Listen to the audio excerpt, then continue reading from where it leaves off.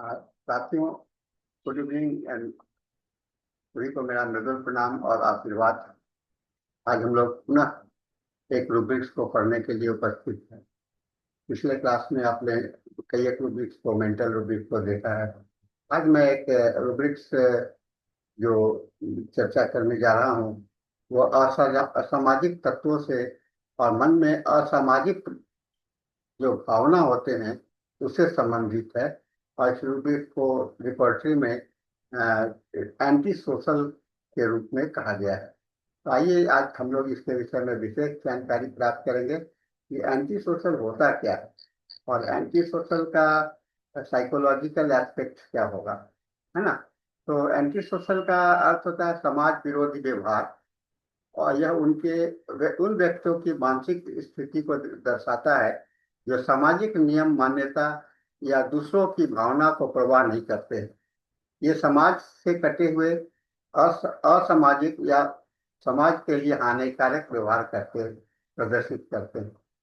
और यह mind rubrics में पैथोलॉजिकल और गंभीर मानसिक रूब्रिक के रूप में आता है। यह उन रोगियों में लागू होता है जो समाज से स्वयं को अलग कर लेते हैं या सामाजिक आचार विचार का उल्लंघन करते हैं। यह एक पर्सनैलिटी ट्रेट है। साइकोलॉजी में इसे पर्सनैलिटी डिसऑर्डर के अंदर में लिया जाता है, जो दूसरे के अधिकार का अवहेलना करता है, अपराध अपराध बोध की अनुभूति होती है कि उसने गलत किया है, इसका प्रतिकूल लगता है, उसका कोई उसके भाव नहीं होता है, और अत्यधिक स्वार्थी, क्रूर, हिंसक या धोखेबाज व्यवहार करता है, और इम्पैथी की कमी होती है, झूठ बोलना, नियम तोड़ना इत्यादि होते हैं। ये एंटी सोशल पर्सनैलिटी डिसऑर्डर के अंदर में आता है। और ये कंडक्ट डिसऑर्डर बचपन में उसके लिए भी आता है, और नार्सिसिस्ट ट्रेट साइकोपैथी के अंदर में आता है, और नशा से संबंधित सब्सटेंस अब्यूज डिसऑर्डर्स के आता है। ये बचपन से भी शुरू हो सकता है, जैसे स्कूल से भागना, चोरी करना, झगड़े करना, आग लगाना, झूठ बोलने की आदत। इसका क्लिनिकल प्रेजेंटेशन क्या होगा? बार बार झगड़े करना, गुस्से में आना, झूठ बोलना, चोरी करना, दूसरों को नुकसान पहुंचाना, अपराध करने में संकोच नहीं करना, किसी भी सामाजिक नियम या अधिकार का सम्मान नहीं करना। इसमें भावनात्मक भावनात्मक प्रतिक्रिया क्या होता है? ये अपराध बोध का या पछतावे का कोई की कमी होती है, उसका इन्हें कभी कोई पछतावा नहीं होता है। ये आक्रामक होते हैं, शत्रुतापूर्ण होते हैं, और दूसरे की भावना का कोई उपेक्षा नहीं करते हैं। इसमें खतरा क्या है, संभावित खतरा क्या है? ये इम्पल्सिव टाइप के होते हैं, और इनका रोगियों में आप देखेंगे अपराधी प्रवृत्ति का होगा या कारावास का इतिहास होगा। और रोगी की बातें अगर आप सुनेंगे तो वह भी आपको कुछ जानकारी उससे भी आप लगा सकते हैं। तो रोगी की बातों की मैं कुछ चर्चा करता हूँ। मुझे किसी से मतलब नहीं, मैं अपने तरीके से जीता हूँ। कानून मेरे लिए कुछ नहीं है, जो चाहा किया, किसी की परवाह नहीं किया। इसमें देखिए शब्दों का चुनाव, धमकी भरे शब्द, असंवेदनशील भाषा, दूसरों को नीचा दिखाना या मजाक उड़ाना, बार बार यह साबित करना कि वह नियम से ऊपर है।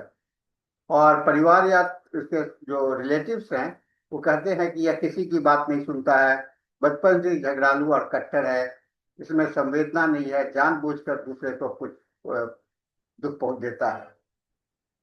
इसमें कुछ रूब्रिक्स जो है आप जिसके साथ में आप इसको कल्पना कर सकते हैं। ए सोशल एक रूब्रिक्स है। ए सोशल भी है, जो समाज से अलग रहना और मिलना जुलना पसंद नहीं करता है।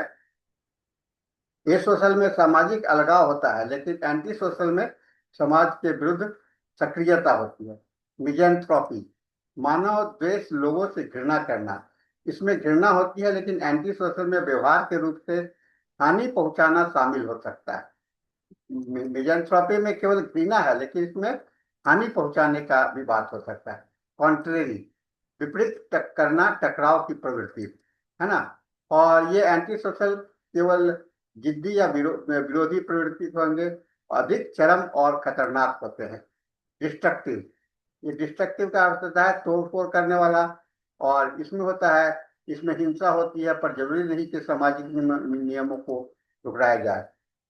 क्रुएलिटी है ना, क्रुएलिटी को निर्दयता कहते हैं, क्रूरता कहते हैं। एंटी सोशल में क्रूरता एक भाग हो सकती है, लेकिन इसका दायरा उससे भी ज्यादा है। और डेल्यूजन प्रोसिक्यूटेड, भ्रम की मुझे सब कुछ नुकसान पहुंचा रहा है। एंटी सोशल में भ्रम की जगह पर जानबूझ होता है। ये भ्रम है, यहाँ पर ये वास्तविकता होती है। जो प्रमुख दवाइयां हैं वह एनाकार्डियम है, क्रूरता, दोहरी सोच, आत्मग्लानि नहीं होना, हिंसा की प्रवृत्ति, अल्जाइमर्स, अनुचित अश्लील व्यवहार करना, समाज से दूरी और अजीब हरकतें करना, स्ट्रेमोनियम, उग्रता, आक्रमण, भयभीत होने पर भी हिंसक, टेरेंटुला, विध्वंसक प्रवृत्ति, ध्यान आकर्षण हेतु असामान्य व्यवहार, व्यरटक, उन्माद, समाज विरोधी भाषण, ठगी की प्रवृत्ति, और बेलाडोना, उग्र स्वभाव, व्यवहार, अचानक हिंसा और नियमों की अवहेलना करना। तो साथियों, संक्षेप में हम लोग यह कह सकते हैं कि एंटी सोशल एक गंभीर मानसिक रूब्रिक्स है, जो केवल अकेलेपन या दूसरों से दूरी नहीं, बल्कि सामाजिक मान्यता और का विरोध, अनुशासनहीनता और दूसरों के अधिकार की उल्लंघना की प्रवृत्ति को दर्शाता है। होम्योपैथी में ऐसे रोगियों के लिए मानसिक लक्षण के आधार पर ही नहीं, बल्कि उनके समग्र व्यवहारिक मनोवृत्ति, शारीरिक लक्षण और मूल कारणों को ध्यान में रखकर समग्र विश्लेषण करना चाहिए। यह रूब्रिक्स विशेषतः व्यक्तित्व विकार, बचपन के व्यवहारगत विकार और मानसिक आघात के बाद उत्पन्न सामाजिक संरचना से अलगाव की स्थिति के लिए में यह महत्वपूर्ण होता है। तो साथियों, आपने देखा यह किस तरह से यह समाज विरोधी रूब्रिक्स है, और यह सब व्यक्ति हम लोगों के क्लिनिक में अक्सर आया करते हैं, और इसे आप इस रूब्रिक का इस्तेमाल करके उसके कॉन्स्टिट्यूशनल मेडिसिन का चयन कर सकते हैं, उसके रोग को दूर करने में समर्थ हो सकते हैं। मेरे पास भी कुछ रोगी आए थे जो कि जेल की हवा खा चुके थे, आकर के तो कहते हैं कि मैंने किसी भी प्रकार का क्राइम नहीं किया है, लेकिन उसका जो है सो क्राइम का हिस्ट्री नजर आता है। ऐसे लोगों से ऐसे रूब्रिक को ध्यान में रखना चाहिए। और इसके साथ में आज का हमारा यह सेशन समाप्त होता है। हम फिर मिलेंगे अगले सेशन में किसी नए रूब्रिक के साथ में। तब तक के लिए सभी को मेरा मृदुल प्रणाम और आशीर्वाद। Thank you very much.